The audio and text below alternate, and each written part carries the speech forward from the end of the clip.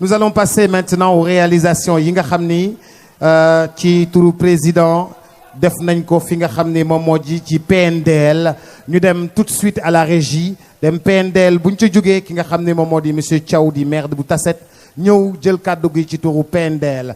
PNDL à la régie, c'est parti s'il vous plaît. PNDL a réussi vraiment à s'imposer comme un acteur majeur, pour ne pas dire le premier acteur du développement local. Le PNDL est en quelque sorte un outil performant de transformation du visage de nos terroirs, de nos territoires. Moi, je remercie énormément le PNDL. Je peux dire que c'est le seul projet fiable. On vous donne de l'argent, vous pouvez l'exécuter en quelques mois.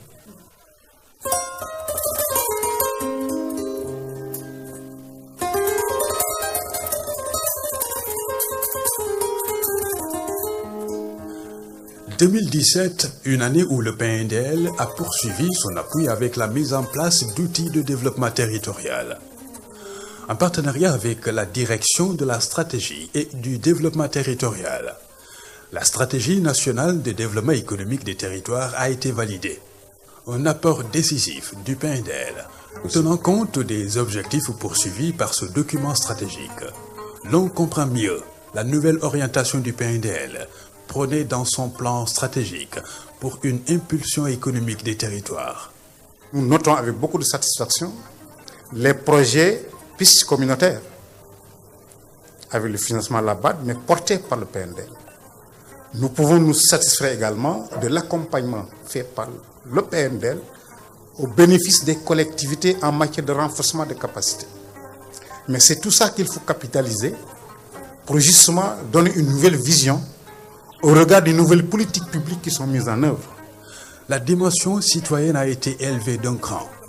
Particulièrement, le projet budget participatif a mis en place une charte de la participation citoyenne, des espaces de dialogue et d'interpellation citoyenne, avec à la clé un réseau des collectivités territoriales du budget participatif sur fond de renforcement des capacités.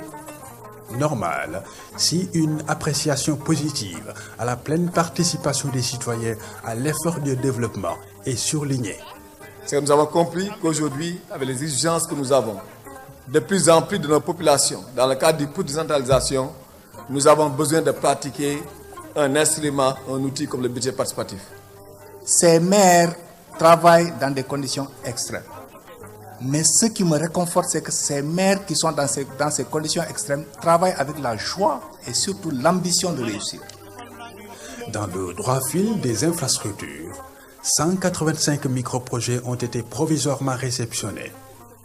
Sur les 132 conventions signées faisant l'objet de contrats signés d'un montant de 2,64 milliards de francs CFA, les décaissements effectués par les receveurs départementaux, tous projets confondus, se chiffrent à 10,1 milliards de francs CFA.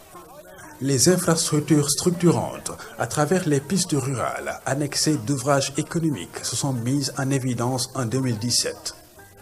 Le PPC-PNDL a atteint des résultats satisfaisants dans l'exécution du premier programme prioritaire d'investissement d'un linéaire de 640 km, caractérisé par la finalisation de 574 km de pistes rurales, dont 445 km réceptionnés.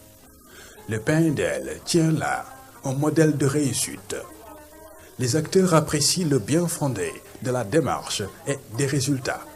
Nous sommes très satisfaits à ce stade de l'état d'exécution. C'est un projet qui est déjà à un stade très avancé au niveau de décaissement à sa 3e année et demie, ce qui fait une très bonne performance. Les pistes aussi sont très avancées avec un bon nombre de pistes déjà achevées et réceptionnées. L'animation territoriale a été fortement impulsée par des outils de gouvernance. Ainsi, un système harmonisé de mesure de la performance des collectivités territoriales a été validé dans une démarche inclusive. L'attractivité du programme s'accentue dans l'espace du développement territorial. Des partenariats se nouent avec le PAM, l'AOCID, la CDC, la CLM, l'IED Afrique et le PUMA pour améliorer le portefeuille d'intervention. En signant ce protocole de partenariat, cela nous permet à très court terme d'engager le travail sur le terrain en essayant donc de tirer profit déjà des travaux qui ont été effectués, ne serait-ce que les études pour certaines pistes, et permettre au PUMA justement de faire le travail donc de réalisation. Ce constat est renforcé par la formulation en cours de la deuxième phase du PPC-PNDL. La banque a accepté le financement dans le cadre du projet, les études d'exécution d'un deuxième plan d'investissement prioritaire portant sur un linéaire de 900 km.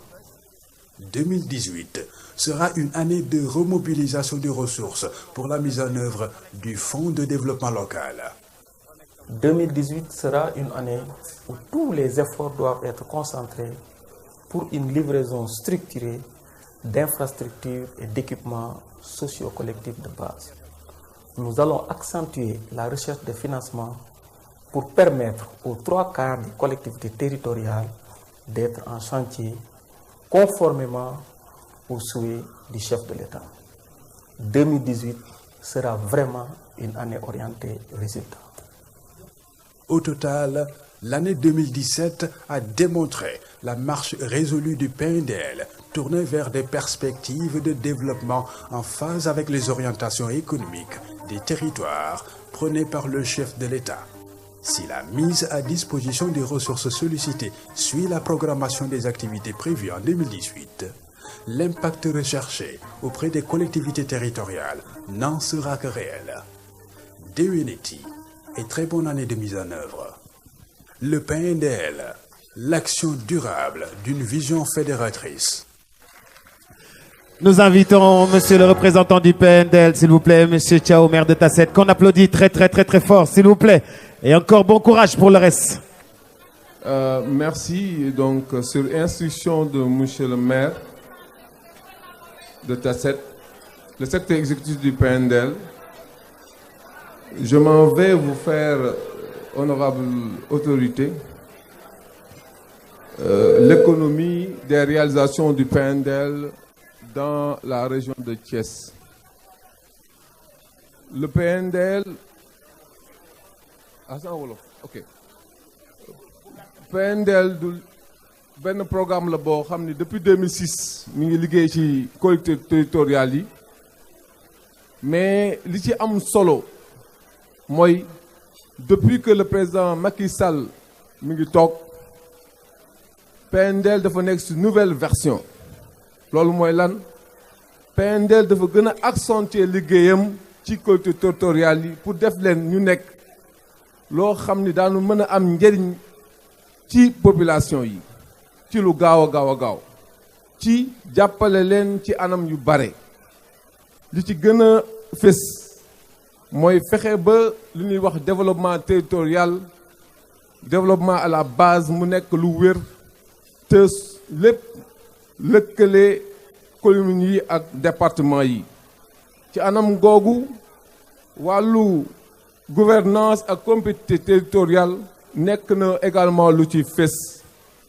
suñu xoolee li PNDL jot a dugal ci communes yi mat na 60 milliards 818 millions de financement correspondant à booy xool 5680 microprojets loolu ci anamu ci biir Thiès mat na 6 milliards 207 millions kon nag defe naa ni loolu du lu ndaw te loolu dugg na ci département Mbour dugg na ci département de Thiès ak dugg na département de Tivaouane 6 milliards 207 millions de francs CFA buñ ko xoolee ci wàllu depuis 2012 lu tolloog 3 milliards bi président Macky Sall toogee ba léegi 3 milliards 8 millions de francs CFA dugg na ci biir région de Thiès ci ñetti département yi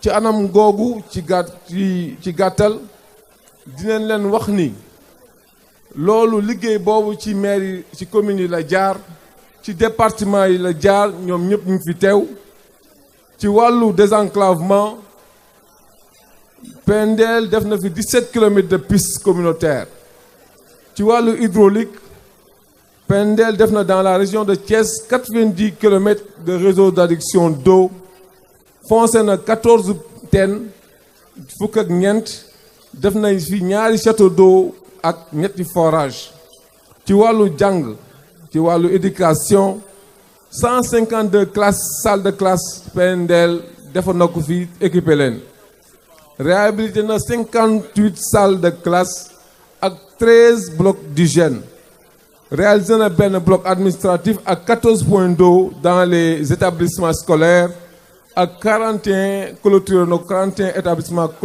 scolaires yu mu clôturé ci wàllu wér-gu-yaram ndax li ñu tax a ñëw fii tey mooy fésal liggéeyu président Macky Sall dans la région de Thiès ci wàllu wér-gu-yaram lu tolloog 10 postes de santé PNDL construire na ko fii ba pare équipé ko également 27 cases de santé 5 maternités 8 logements ICP 15 établissements sanitaires dañ ko réhabilité 2 classes établissements sanitaires également yoo xam ne defaroon nañ ko pare fekk nañ fa ñu équipé ko ak 31 blocs d'hygiène dans les établissements sanitaires ci wàllu socio-économique ndax loolu dafa am solo loolu mooy tax li ñuy liggéey mën a am solo ci biir nit ñi mën ko gën a yëg 14 foyers de jeunes et de femmes équipés na ko 42 halls de marché aménagé na ko 155 soutes